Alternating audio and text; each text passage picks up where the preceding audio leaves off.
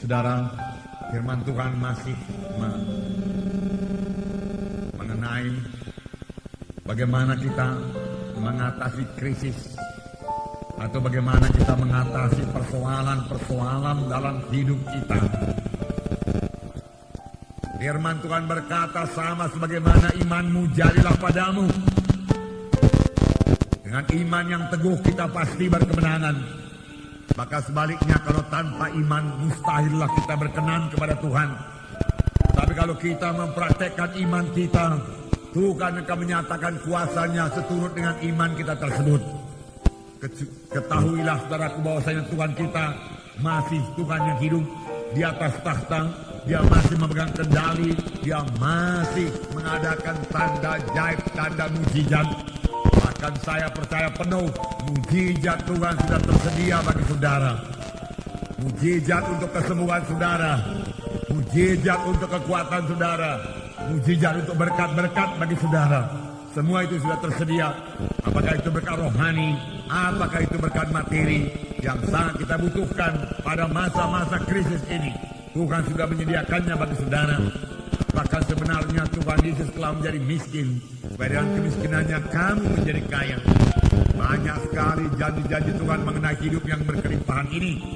Bahkan firman Tuhan berkata, aku mau engkau keberkatan saudara-saudaraku, sama sebagaimana jiwamu keberkatan dan jiwamu baik-baik saja.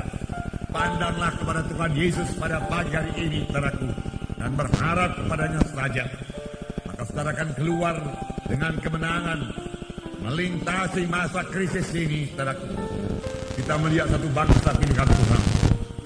Bangsa pilihan Tuhan yang berada dalam keadaan krisis.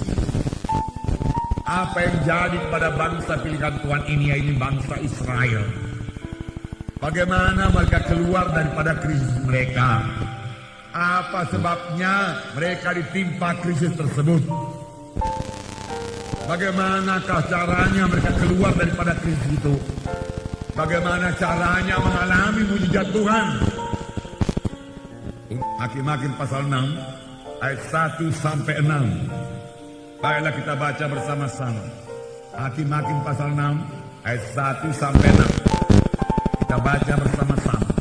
Dapat saudara? Mari kita baca. Tetapi orang Israel melakukan apa yang jahat di mata Tuhan. Sebab itu Tuhan menyerahkan mereka dalam tangan orang Midian 7 tahun lamanya. Dan selama itu orang Midian berkuasa atas orang Israel. Karena takutnya kepada orang Midian itu, maka orang Israel membuat tempat-tempat perlindungan di pegunungan, yakni gua-gua dan kubu-kubu. Setiap kali orang Israel menabur, datanglah orang Midian, orang Amalek, dan orang dari sebelah timur, lalu maju mendatangi mereka. Berkemahlah orang-orang itu di daerah mereka, dan tidak meninggalkan bahan makanan apapun di Israel, juga domba atau lembu, dan keledai pun tidak. Sebab orang itu datang maju dengan ternaknya dan kemahnya, dan datangnya itu berbanyak-banyak seperti belalang. Orang-orangnya dan unta-untanya tidak terhitung banyaknya. Sekalinya datang ke negeri itu untuk memusnahkannya, sehingga orang Israel menjadi sangat melarat oleh perbuatan orang Midian itu.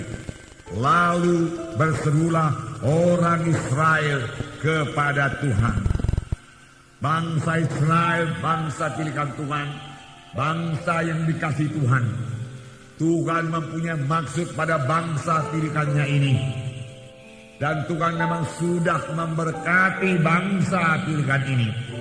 Hanya sebagai bangsa pilihan Tuhan, mereka memiliki hukum-hukum Tuhan.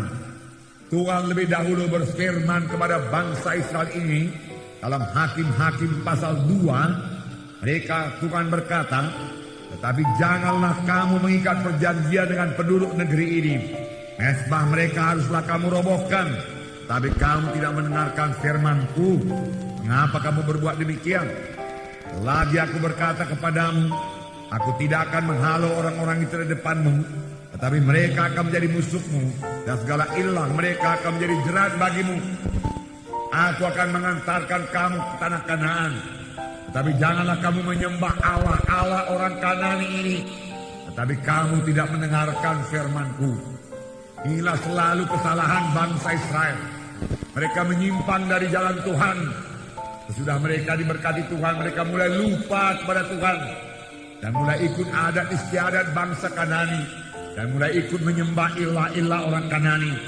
Lalu datanglah persoalan. Perlindungan Tuhan dicabut daripada mereka. Dan pada waktu perlindungan Tuhan dicabut, maka dengan mudah musuh-musuh menguasai Israel. Dan tanpa perlindungan Tuhan, Israel tidak punya kekuatan. Tanpa perlindungan Tuhan, bangsa pilihan Tuhan sekarang ini, anak-anak Tuhan juga tidak punya kekuatan. Apakah yang menyebabkan perlindungan Tuhan itu dicabut? Perlindungan Tuhan dicabut karena ada dosa yang tidak diselesaikan.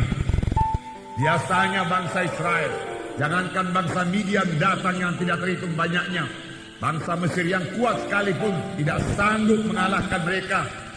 Panjang mereka menyembah Tuhannya, panjang mereka bersekutu dengan Tuhan, panjang mereka tidak berbuat dosa. Dosalah yang menyebabkan mereka lemah. Dosalah yang menyebabkan mereka kalah.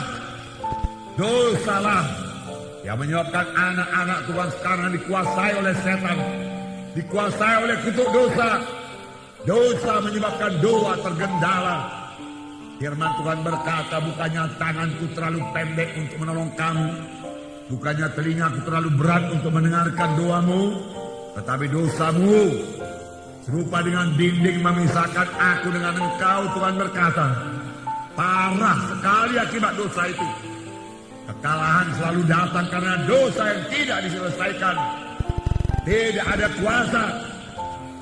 Oleh sebab itu jangan biarkan dosa berkuasa dalam hidup kita, saudaraku.